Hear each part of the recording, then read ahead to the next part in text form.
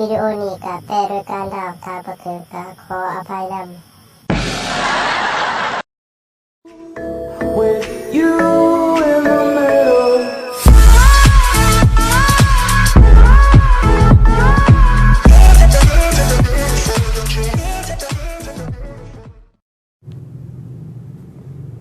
เอากราบสบายดีท่านผู้ชมเนาะมื้อนี้ก็สิมาเว้าเรื่องเกมที่มีเนาะมีแนวอัปเดตมาใหม่เนาะก็มาเบิ่งกันเลยเนาะว่ามีหยังอัปเดตมาใหม่เนี่ยเนาะอย่างแรกที่อัปเดตมาใหม่ก็คือมี2คิงเฮาสามารถต่อสู้กับ2คิงได้คิงหนึ่งนี่จะอยู่เมืองโดลาเทียเนาะอีกคิงหนึ่งจะเป็นเมืองเอฟิทิสเนาะเจ้าสามารถโซ่ทักษะการต่อสู้ของเจ้าแล้วก็ได้รับรางวัลอันมีค่าเนาะ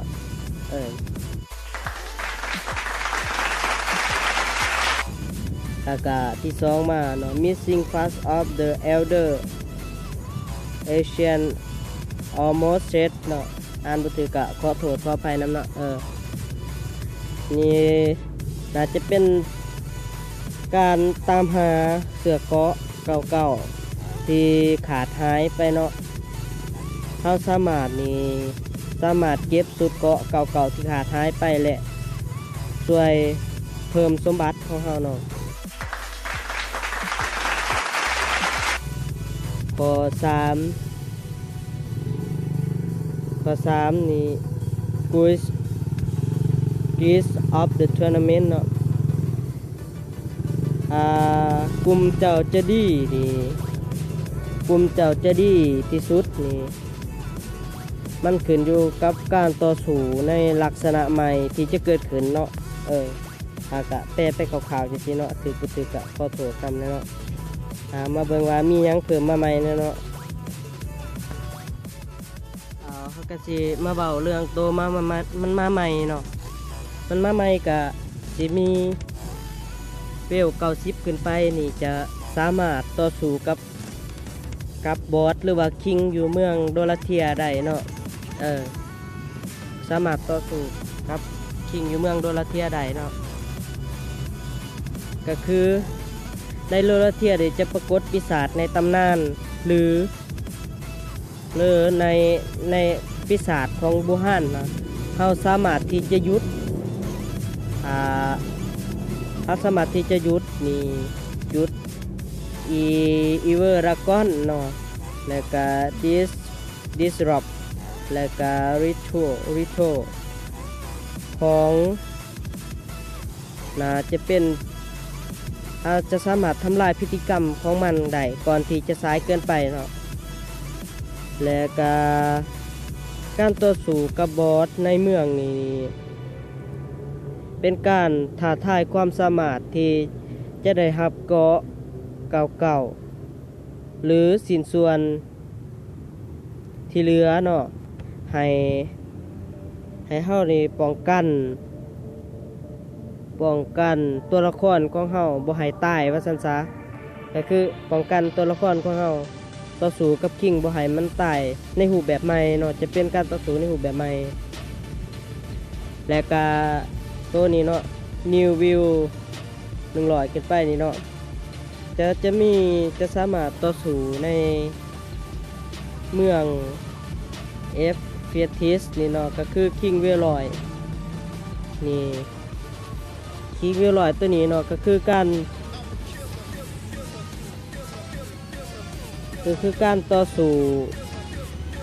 ครั้งนี้นี่คิงมาใหม่ที่มีชื่อว่าAmorphion ให้เฮาสามารถหาวิธีต่อสู้กับสัตว์ที่เคยตีแต่มีการปรับปรุงมาใหม่ก็คือคิงที่เฮาเคยตีน่ะจะเป็นคิงลิกเนาะมันสิมีการปรับปรุงมาใหม่เนาะก็คิงวิวลอยอยู่เมืองนี้เนาะแต่ก็การต่อสู้ที่ดีที่สุดและเจ้าจะสามารถปรับปรุงเกาะและปรับปรุงโลกก็คือปรับปรุงเวิร์ดที่เฮาลินเนาะและเพิ่มเวทหรือว่าอาวุธเนาะก็อาจจะปรับปรุงเนาะ คือ almost set confess เนี่ยเนาะก็คือให้เฮาอัพเวลให้สูงเพื่อปรับปรุงเกาะและสิ่งที่ต้องเฮ็ดคือสิ่งปรับปรุงเกาะให้สูงและสิ่งที่ต้องเฮ็ดคือการต่อสู้กับบอร์ดใหม่ก็คือคิงใหม่เนาะเฮาต้องอัพเกาะให้มันสูงๆแล้วก็จึงไปสู่กับคิงใหม่มันจักสิบ่ดีดเนาะแล้วก็ส่วนกิสทัวร์นาเมนต์นี่สิบ่ขอแปลดอกแปลบ่เป็นก็คือสิสำคัญอยู่ดอกก็ให้ไปสอกหากันเอาเองเนาะก็แปลยากนะโคตรแม่งโคตรยาวเลยแล้วก็มีสัตว์เลี้ยงมาใหม่เนาะสัตว์เลี้ยงมาใหม่ก็คือสัตว์เลี้ยงแห่งความมืดก็คือสัตว์ตัวเขียวๆนี่แหละเนาะน่าจะเป็นหยังอ่านบ่ฮู้เครโกมินนี่แหละสัตว์เลี้ยงตัวนี้นี่จะพร้อมใช้งานเนาะพร้อมใช้งานแล้วเนาะถ้ามีการอัปเดตมาใหม่จะมีพร้อมใช้งานเลยเนาะแล้วก็จะมีชุดแต่งกายมาใหม่ชุดแต่งกายใหม่นี่จะวางขายเลยเนาะถ้ามีการอัปเดตมาใหม่มันจะมีการวางขายเนาะจะมีการวางขายในบอนสื่อชุดแต่งกายเลยเนาะแล้วก็สุดท้ายเบต้าเทสเนาะเบต้าเทสนี่การทดสอบใส่เบต้านี่แม่นหลังจากเบิ่งข่าวนี่แหละก็มีแต่เตรียมพร้อมที่จะแจ้งเตือนว่าจะเปิดให้ออนไลน์มีได้เนาะการทดสอบใส่เบต้านี่แต่สำหรับเบต้าเทสนี่จะสามารถ